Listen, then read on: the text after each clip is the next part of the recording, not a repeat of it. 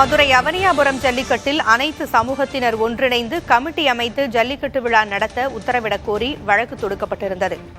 இதில் அனைத்து சமூகத்தைச் சேர்ந்தவர்களையும் அழைத்து அமைதி பேச்சுவார்த்தை நடத்தி உரிய முடிவெடுக்க வேண்டும் என்று உயர்நீதிமன்ற மதுரை கிளை உத்தரவிட்டிருக்கிறது. அண்மை செய்தியாக பார்த்துக் கொண்டிருக்கிறோம். அதோடு நாளை மாவட்ட ஆட்சியர் அலுவலகத்தில் நடைபெற இருக்கக்கூடிய அமைதி பேச்சுவார்த்தையை முழுமையாக வீடியோ பதிவு செய்து நீதிமன்றத்தில் அறிக்கை தாக்கல் செய்ய வேண்டும் என்றும் நீதிபதிகள் உத்தரவிட்டிருக்கிறார்கள். இதுகுறித்த கூடுதல் விவரங்களை வழங்க செய்தியாளர் மணிகண்ட பிரபு இணைந்திருக்கிறார். கூடுதல் விவரங்கள் என்ன? உயர்நீதிமன்ற மதுரை கிளை வேறு என்னவெல்லாம் கூறியிருக்கிறது? பூங்குழலி, உலக புகழ்பெற்ற மதுரை அவனியாபுரம் ஜல்லிக்கட்டில் அனைத்து சமூகத்தினரையும் ஒன்றிணைத்து கமிட்டி அமைத்து ஜல்லிக்கட்டு விழாவை நடத்த வேண்டும் என வழக்கு தொடரப்பட்டிருந்தது.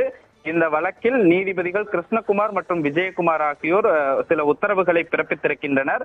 அதில் அவனியாபுரம் ஜல்லிக்கட்டில் அனைத்து சமூகத்தை சேர்ந்தவர்களையும் அழைத்து அமைதி பேச்சுவார்த்தை நடத்தி உரிய முடிவெடுக்க வேண்டும்.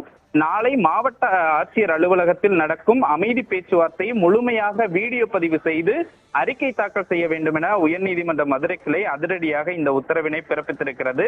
மதுரை அவனியாபுரம் பகுதியைச் சேர்ந்த முனியசாமி உள்ளிட்ட பலர் உயர்நீதிமன்ற மதுரை கிளையில் இந்த மனுவினை தாக்கல் செய்திருந்தனர்.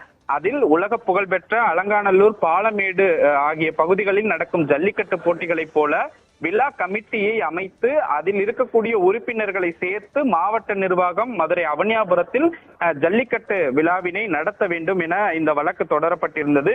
இந்த வழக்கு இன்று நீதிபதிகள் முன்பு விசாரணைக்கு வந்தபோது அரசு கூடுதல் தலைமை வழக்கறிஞர் ஆஜராகி அவனியாபுரம் ஜல்லிக்கட்டை மாவட்ட நிர்வாகமும் மதுரை மாநகராட்சியும் நடத்த உள்ளது, தற்போது இதற்கான ஏற்பாடுகள் முழுமையாக செய்யப்பட்டு விட்டது என தெரிவித்தார். இதனை பதிவு செய்து கொண்ட நீதிபதிகள் நாளை நடக்க இருக்கும் அமைதி பேச்சுவார்த்தைக்கு அனைத்து தரப்பு மனுதாரர்களுக்கும் முறையாக நோட்டீஸ் அனுப்பி அழைக்க வேண்டும். மேலும் அவர்களின் கருத்துக்களை கேட்ட பின்பு சுமூக முடிவை ஏற்படுத்த வேண்டும்.